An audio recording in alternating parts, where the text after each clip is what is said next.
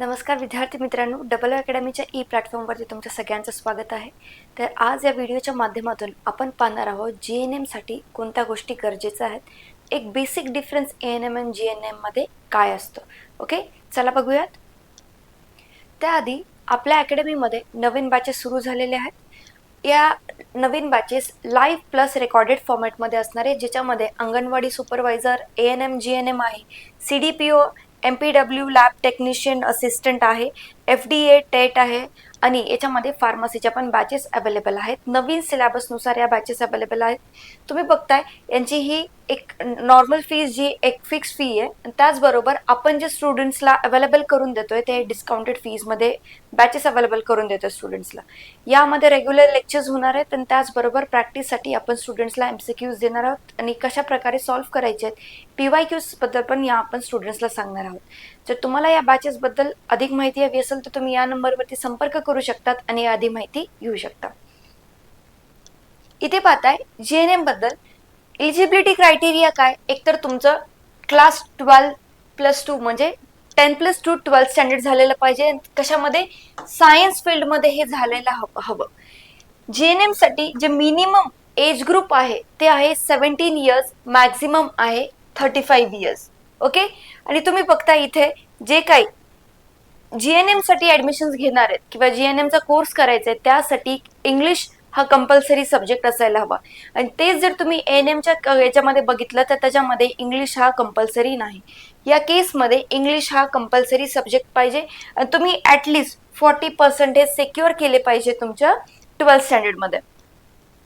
पुढे बघता इथे तुम्ही ANMचं GNMचं त्याच्यामध्ये आहे जनरल नर्सिंग अँड मिडवायफरी. याचा जर तुम्ही कम्प्लीट फुल फॉर्म बघितला तर तो आहे general nursing and midwifery conducted by state nursing council आणि हेल्थ युनिव्हर्सिटीज. ही किती 3 इयर्सचा जनरल म्हणजे डिप्लोमा कोर्स आहे, जो की जर तुम्ही बघितलं ANM हा 2 इयर्सचा एक डिप्लोमा कोर्स असणार आहे. याच्यामध्ये एक डिटेल सिलेबस कव्हर करणार आहे. सेम सिलेबस असणार आहे ANMचाच पण डिटेलमध्ये बघितला जाणार आहे. याच्यामध्ये पहिली इन्स्टंट टेस्ट घेतली जाते आणि त्याच्यामध्ये आहे मेरिट लागलं जातं. सिलेबस मध्ये बघताय पार्ट A मध्ये म्हणजे जो टेक्निकल पार्ट आहे ज्याच्यामध्ये तुम्हाला इंग्लिश मध्ये क्वेश्चन्स अटेम्प्ट करायचे. नर्सिंग फाउंडेशन आहे, medical surgical nursing, nursing education, paediatric nursing, mental health nursing, nursing management, nursing research statistic आणि ऑब्स्टेट्रिक आणि गायनेकोलॉजिकल नर्सिंग. ओके, हा पार्ट एक आहे. त्याच्याच बरोबर इथे पण बघताय तुम्ही कम्युनिटी हेल्थ नर्सिंग आहे, anatomy, physiology, psychology, sociology, nutrition, डायट्रिक्स, microbiology आणि बायोकेमिस्ट्री. हा पूर्ण पार्ट जो इंग्लिशचा पार्ट आहे तर तो आहे टेक्निकलचा पार्ट A मध्ये. ओके, काही क्वेश्चन्स तुम्हाला टेक्निकलचे येणार म्हणजे 70% हा पेपर टेक्निकलचा असणार आहे. त्याच्यानंतर जो काही 30 पार्ट आहे तो जनरल नॉलेज, इंग्लिश आणि जे तुमची प्रेफर्ड लँग्वेज आहे त्याच्यामध्ये ही घेतली जाते. ओके, हा पार्ट A पाहिला तुम्ही. याच्यामध्ये पार्ट B आहे तो बघतोय आपण. पार्ट B ज्याच्यामध्ये जनरल नॉलेज, इंग्लिश आणि मॅथमॅटिक्स असतं.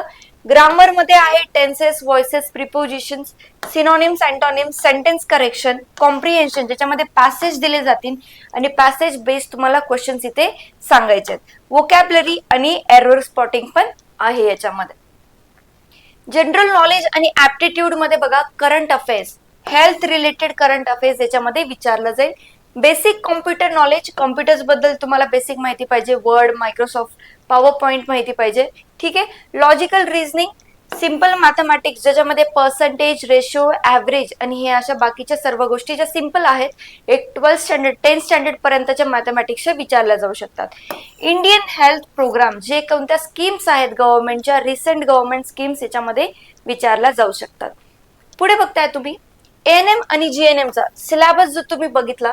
ANMचा नर्सिंगचा कोर्स किती आहे? 2 इयर्स डिप्लोमा कोर्स आहे.